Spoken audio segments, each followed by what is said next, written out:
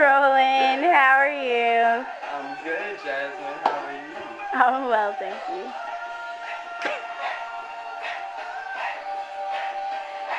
So, bringing it back.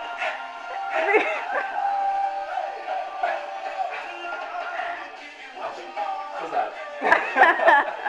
Hold on. Can you turn it down? I can't really hear you.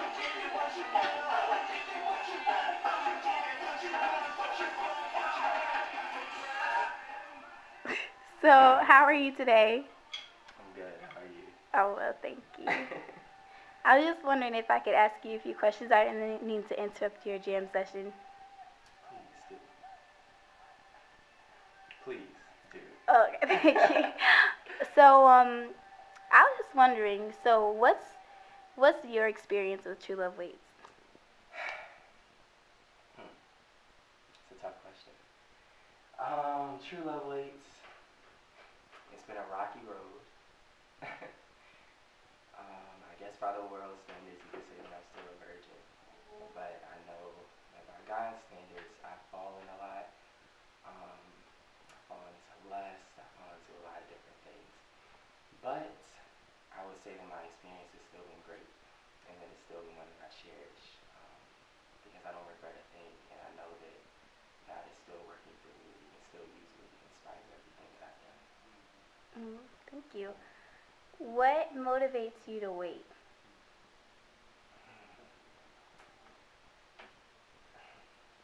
I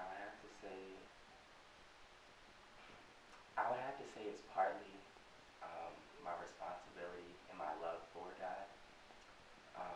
But I would also say that it's because I understand, or I think I partly understand why God asks us to wait. And that's mainly because I believe in marriage and the act of sex, intercourse, whatever you want to call it, is something that's extremely sacred. It's something that's extremely beautiful.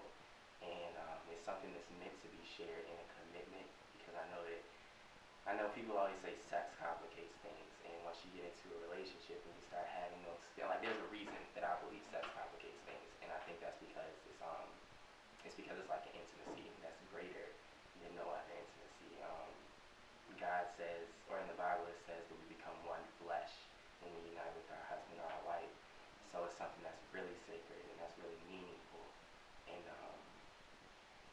want to make sure that I'm doing that type of thing with the right person. Awesome. Do you have any additional advice to give?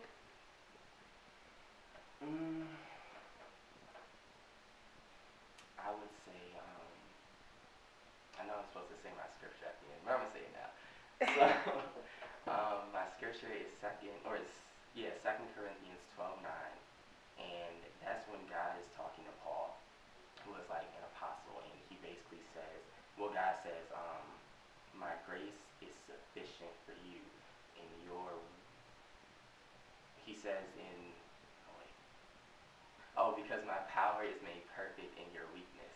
And that's when Paul is talking to God, and he's talking to us, I guess, and he's basically saying, like, God, I have this thorn in my side, it's from Satan, and he's asked God 3 times to take it away, and then that's God's response. And the way I interpret that is like, Paul has this thing that he's struggling with, whether it's a person, it's an act, whatever it might be, a thought, and then God says this, he says that his grace is sufficient.